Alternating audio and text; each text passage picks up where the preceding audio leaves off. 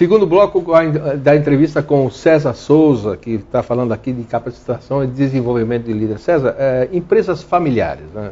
Eu conheço muitas empresas de dono, cujos filhos são pequenos ainda, não são formados, ele nem sabe, procura formá-los nos Estados Unidos, essa coisa toda, mas não sabe se vai dar certo. É mais complicado a sucessão em empresa familiar, não? É bastante mais complicado. Porque, primeiro assim, a grande maioria das empresas são empresas familiares. Eles podem até entender que não necessariamente um filho possa ter não precisa ser um filho, mas a grande maioria são familiares. Algumas já se profissionalizaram um pouco.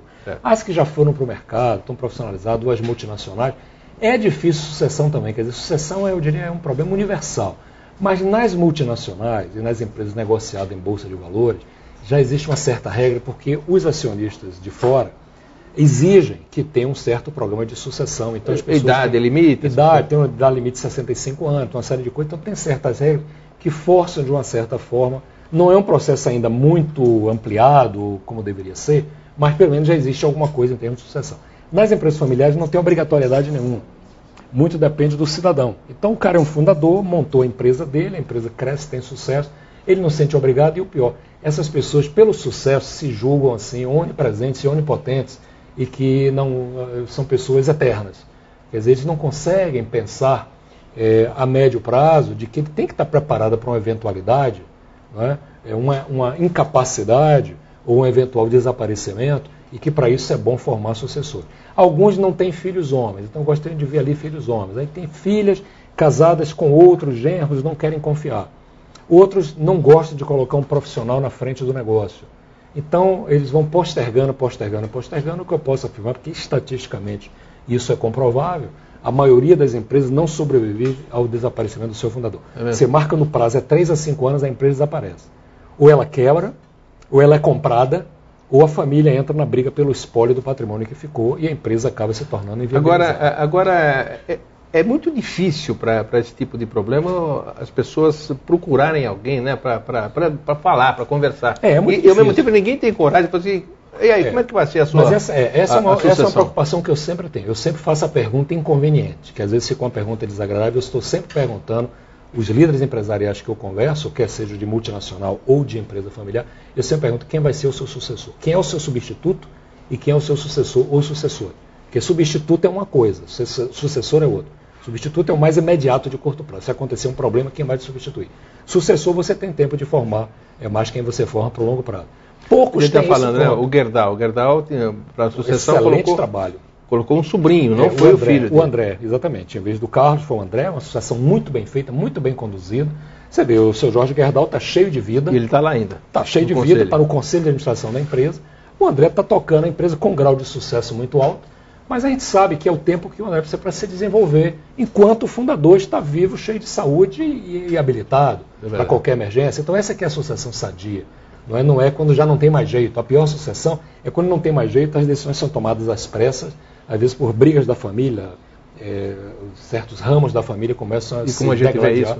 A gente vê isso com muita frequência. Então é um negócio pequeno, no médio e no grande. Né? Muitas empresas às vezes se inviabilizam pela falta de sucessão. Eu sempre provoco os líderes sobre isso, porque como eu ajudo eles a fazer, às vezes, o planejamento estratégico, 5 anos à frente, eu estou sempre querendo, tudo bem, mas quem vai estar no comando da empresa daqui a 5 anos?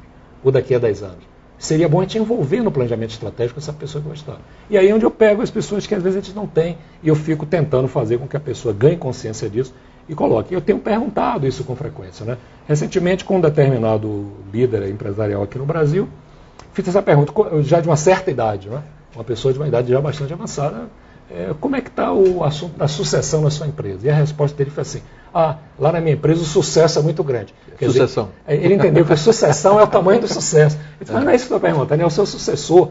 Mas por que o senhor está me perguntando isso? Ele, por uma razão natural das coisas, a ordem natural das coisas, o senhor já tem uma certa idade, então seria bom pensar no seu sucessor. Mas eu ainda me acho, você está achando que eu estou incapacitado? Quer dizer, eles chegam a entrar nesse nível de diálogo.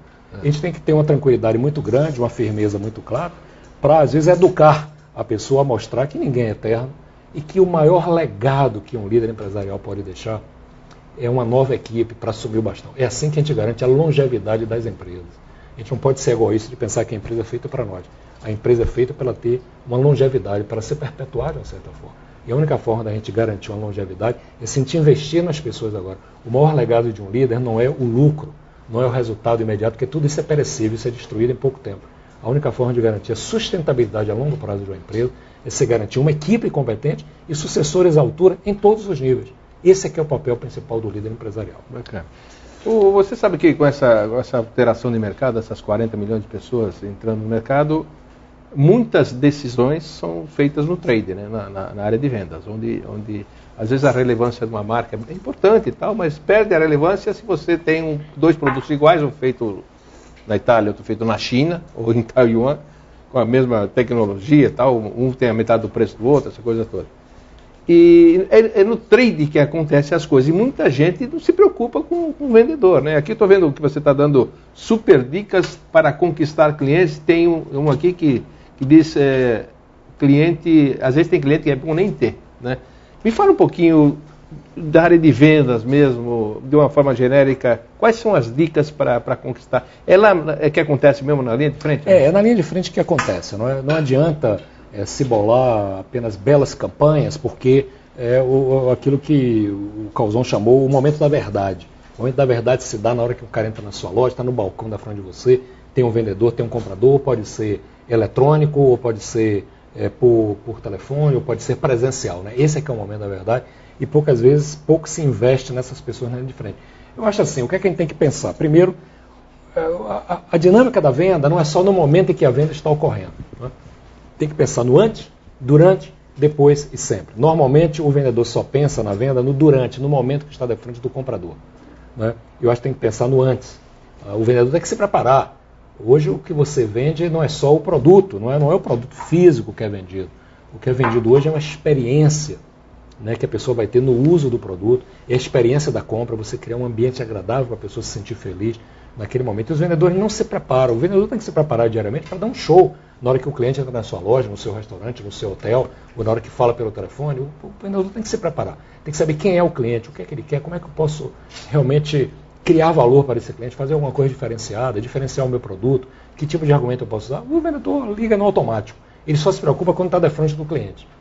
E pior ainda, depois de feita uma transação, não se preocupe em dar um follow-up, aquilo chamado pós-venda, não se preocupe. Porque a venda não termina na termina ali. Quer dizer, o fim de uma sempre é o início da próxima, né? Assim, você tem que saber cativar o seu cliente, buscar dar a ele informações depois. Às vezes é um erro que você cometeu, uma informação que não foi adequada, uma nova informação que você descobriu, leu o jornal, aquele cliente um dia perguntou isso, vou atrás dele, vou criar alguma coisa para esse cliente. Quer dizer, é o antes, durante e o depois que eu acho que faz o show da venda realmente acontecer, e esse nível de preparação que o vendedor tem que ter. Agora, a venda, né, e cliente não é só um problema, como eu falei antes, apenas do vendedor, é de todo mundo, do porteiro ao presidente. As nossas empresas têm que mudar a cultura, que é assim, se voltar mais para o cliente, menos para o produto. Hoje você chega em determinada companhia aérea, a pessoa está ali com a cabeça baixa, vai fazer o check-in, está assim, RG, seu número disso, qual é o voo, nem olha para você, nem olha para o... Não dá nem um sorriso. Não dá nem um sorriso, nem olha o contato visual. Sabe como é que eu sempre defino o que é um bom atendimento? Quando um atendente é capaz de descrever a cor dos olhos do último cliente que atendeu. Veja que coisa simples. Porque se é capaz, aí significa que eu prestei atenção no cliente. E todo cliente gosta de ser alvo da atenção. Ninguém gosta de ser ignorado. Ninguém gosta de ser tratado como simplesmente mais um. Você entra num prédio, a pessoa está de cabeça baixa ali, está mais preocupado com a máquina, com o computador, com o jornalzinho que está escondido ali embaixo, do que em realmente prestar um serviço e atender e dar a informação correta que acontece muito isso em concessionária de automóvel. Em vários tipos de negócios. Eu entrei numa concessionária, não vou dizer a marca, para trocar meu carro.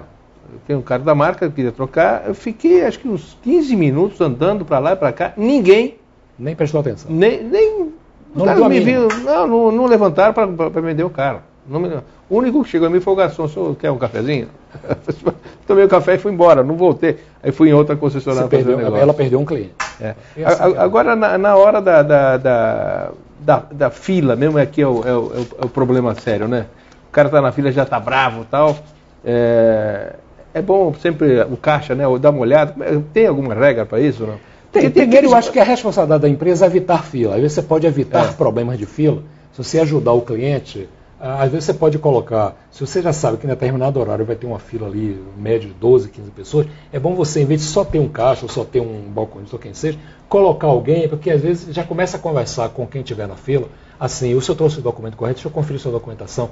Muitos casos assim, a fila emperra, porque o cara vem com a documentação errada, não vem com sabendo exatamente falta o que documento, quer, tem que voltar. falta, tem que fica conversando e fica querendo discutir, quer dizer, tudo isso que prolonga. Às vezes você pode ter o funcionário principal ali que vai receber o cliente, mas você pode ter alguém andando ali no salão, conversando com quem está na fila e verificando se realmente a pessoa está preparada para aquilo e acelerar o tipo de atendimento, né? Então tem uma série de coisas que podem ser feitas com objetividade, mas também às vezes você pega às vezes um grupo de aposentados, a pessoa tem um certo uso do tempo. Está na fila, para ele é um momento de prazer também. Quando chega no caixa, ele não quer velocidade no atendimento. Ele quer bater um papo. Como é que foi o jogo ontem? Você viu a novela ontem? Quer conversar. Se o caixa ou o responsável não der atenção, ele vai achar que foi um péssimo atendimento. Porque para ele tem isso, né? Tem todo o tempo do mundo. Quer dizer, por isso que eu disse assim desde o início, a importância da gente conhecer com profundidade quem é o nosso cliente. Não tem regras genéricas em atendimento, entendeu? Tem uma regra, o que funciona é aquilo que é adequado para aquele tipo de cliente que está na minha frente. Bom, Sérgio, você com toda essa expertise, vocês estão realizando agora, fundaram a rede de executivos, que se propõe a fazer networking com conteúdo. Então, nós vamos conversar isso no terceiro bloco, porque o segundo bloco também já se esgotou. Então, você, internauta, acompanha o César Souza, que vai falar sobre essa rede de executivos, que é um networking com conteúdo, que é coisa rara no mercado. Até já. News.